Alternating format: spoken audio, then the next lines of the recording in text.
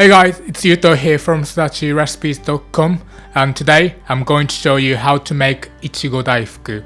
Ichigo Daifuku is a sweet glutinous rice cake stuffed with red bean paste and a strawberry. You might also know it as strawberry mochi.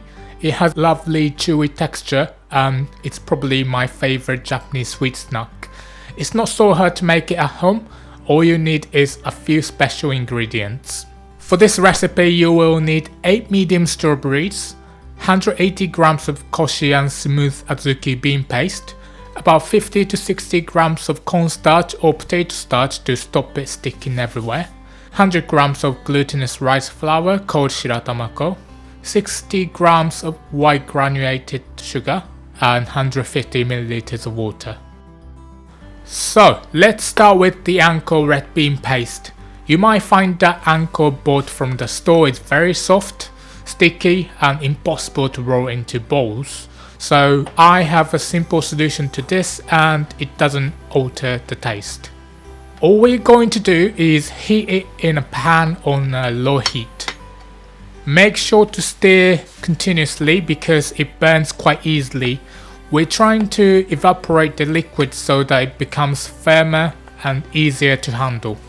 You will notice it starts to become a bit lighter in color. Don't worry because that is what we're aiming for.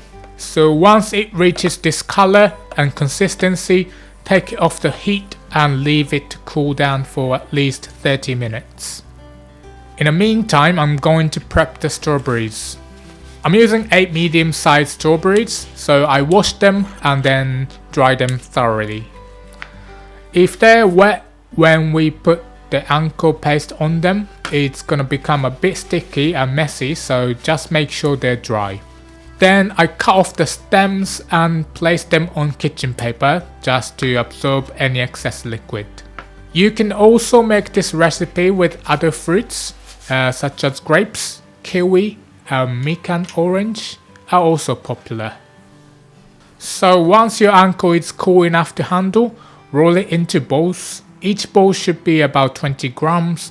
I used a scale to make them exact, but you could just divide it into 8 pieces. There are 2 types of anko made from red beans. One is tsubuan, where the beans are chunky and the paste has more texture. The one I'm using today is koshian, which is a smooth paste with all the skins and little bits removed. There's also a white version called shiroan, which is milder in taste. Koshian and shiroan are commonly used for Ichigo Daifuku. When you're ready to wrap the strawberries, flatten the bowl out into a disc shape. I press it on my palm, then use my fingers to pinch and turn it. This helps stop it from getting warm and sticky.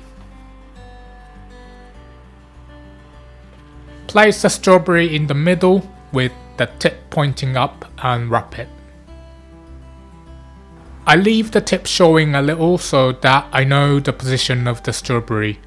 Roll it to smooth it out and repeat for the rest.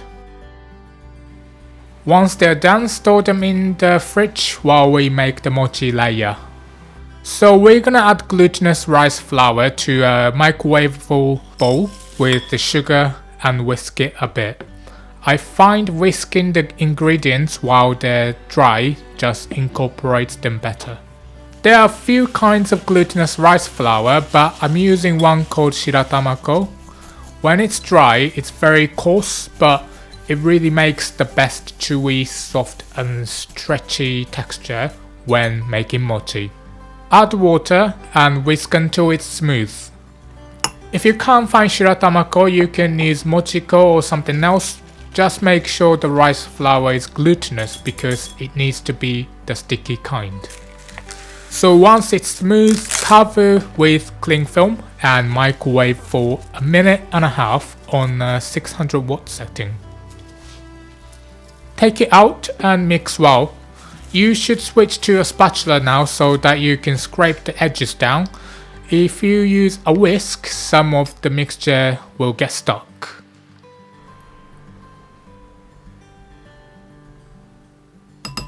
Cover it again and return to the microwave for another 2 minutes at 600 watts. While it's microwaving, prepare a surface with cornstarch or potato starch. Make sure it's fully covered. I like to use a flat sheet like this. You could use a baking sheet or something like that. It just helps contain the mess to one area. Once 2 minutes are up, mix well. You need to keep mixing until it turns from white to a slightly transparent, almost creamy color. Once you get to this point, you can transfer to your starch covered surface and spread it out. Sprinkle some more starch on top. It's still hot, so be careful. Some people use a rolling pin at this point, but I find it always sticks, so I prefer to use my hands. I keep a ball of cornstarch next to me just in case it gets sticky in places. This will make it easier to wrap.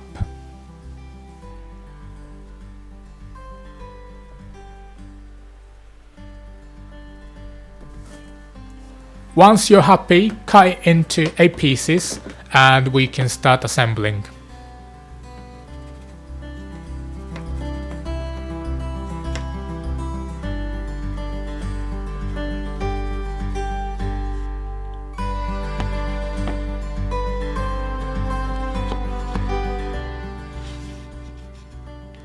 Make sure to coat your hand with starch between rolling each one.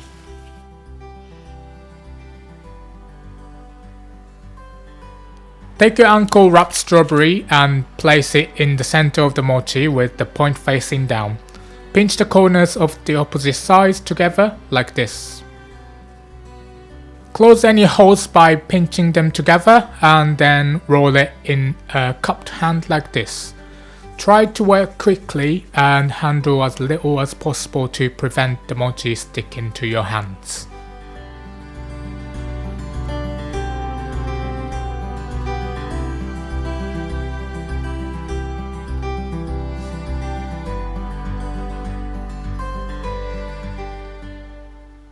It takes a bit of practice to get a nice shape. Some of mine are wonky too. When they're done, I recommend eating them the same day, but you can keep them in the fridge for a day or two in a sealed container. And there you have it, soft and chewy homemade Ichigo Daifuku. I hope you enjoyed learning how to make this classic Japanese sweet with me. If you liked this video, click the like button and subscribe to our channel to see more tasty Japanese recipes. Thanks for watching. See you again.